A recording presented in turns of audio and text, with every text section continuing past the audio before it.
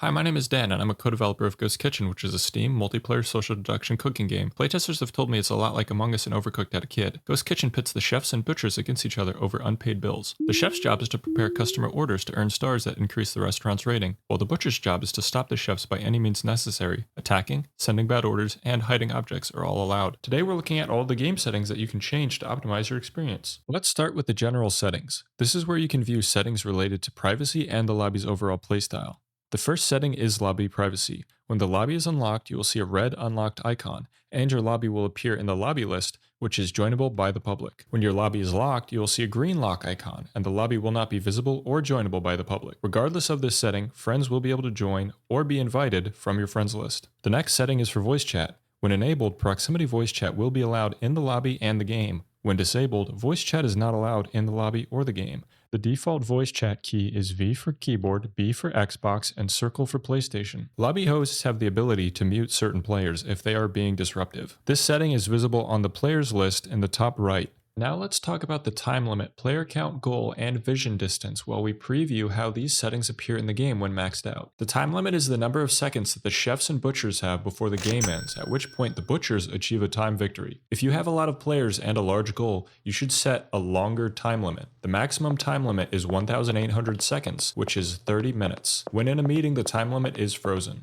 The player count is the number of players allowed inside the lobby and game. You can increase the player count if you want to have friends of friends or a lot of players join from the public lobby list. The maximum player count is 16. The goal represents the amount of orders that the chefs will have to submit before the game ends and they win. Generally, a perfect order is equal to half a star. The maximum goal is 9. A larger goal corresponds with a larger player count and time limit. The vision distance represents the fog of war. Outside the circle, you won't know what's happening. If you increase the vision distance, you are likely to have more information going into meetings. The maximum vision distance is 10 1/4, which will allow players who are using a 16:9 aspect ratio to see their full screen. Now let's take a look at the lowest possible settings. We have a 4-minute time limit for speedrunners and small groups, a player count of 2 for an intimate setting, a goal of 1 star again for speedrunners or small groups, and a vision distance of 1.5, which forces players to play the game in a completely new way. It's important to note that the vision distance is related to proximity voice chat as well. You will only be able to communicate with players who are inside your vision distance. Let's move on to the butcher settings. The first setting determines if killing is enabled or disabled. We want to give players the flexibility to only have butchers who can succeed through mischievous actions such as hiding important items and submitting fake orders. The next setting is the butcher count. While there are some limits related to the player count in the game or lobby, the butcher count can be increased or decreased to balance the game. You can decrease the butcher count to 0 if you don't want to have butchers at all. To help me demonstrate some of these settings, I've invited Jim back from the lobby privacy setting.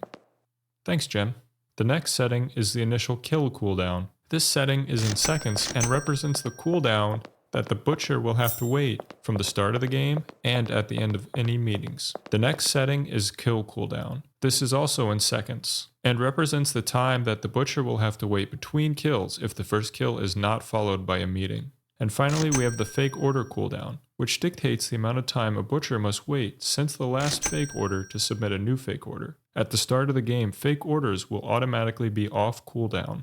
Now that we've been through a couple of the settings, let me know in the comments what additional settings you'd like to see. I think that the settings is a great way to add dynamics to the game. Even a small change will have a huge impact on the map. Moving on to the meeting settings. Our first setting is related to role reveal that occurs at the end of the meeting. When enabled, you will see what role the player who has been voted out was. In a similar vein, voter identity is either public or private. When set to public, you will know the color of each chef that has not voted, and at the end of voting, you will see where they voted. When set to private, you will not know which chefs have not voted, and you will not know who cast what vote. Moving on to meeting duration, this is rather self-explanatory. Meeting duration dictates the maximum amount of time each meeting can take before the meeting will end automatically and all votes are tallied.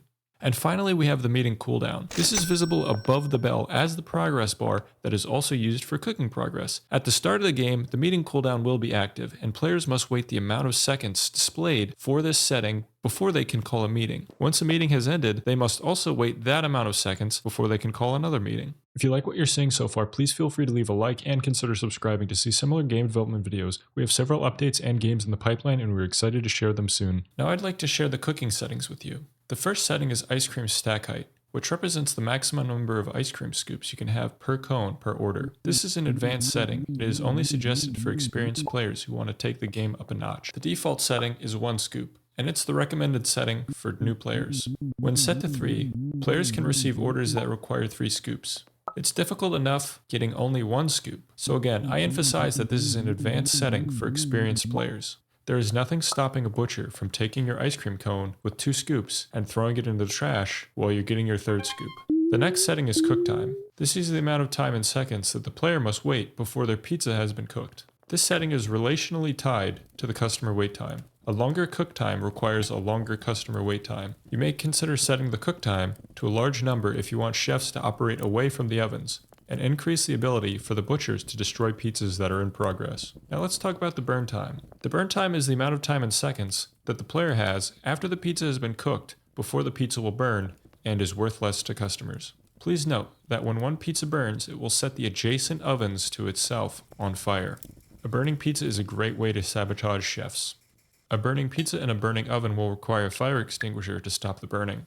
Now let's talk about ice cream melt time. This setting is specific to the ice cream map that has vaults on it. This is the amount of time in seconds before the ice cream in the vault will melt and become unscoopable by the chefs. This setting helps to dictate how the chefs will play around the vaults. If you wish to play in a high-stakes, unorthodox manner, you can set the ice cream melt time to a low level, and then force the chefs to ask another chef or butcher to close them into the vault in order to scoop the ice cream. They will then need to be let out by the player outside of the vault who let them in, or they can risk freezing to death, which is a great segue into player freezing time. This is the amount of time in seconds that the player has while in the vault, or walk in before they freeze to death. It's important to note that players can only freeze when the vault doors are fully closed, or the walk-in freezer is set to a low temperature. Moving on to customer wait time, which I previously alluded, the customer wait time is a very important setting. This is the amount of time that the customers will wait after they've placed an order for their order. After this time, which is in seconds, has elapsed, the customer will leave and the chefs will lose stars for taking the order and not fulfilling it. We recommend new players to set the customer wait time to the maximum number of seconds and reduce the time once players have a general feel for the game. Please remember that cook time and customer wait time are linked. Reducing the customer wait time further and further will eventually reduce the cooking time. If you've made it this far in the video, thanks for watching. Consider wishlisting our game on Steam at the link in the description below to be notified of its release or major discounts. If you feel like watching another, how about this curated video chosen specifically for you by YouTube?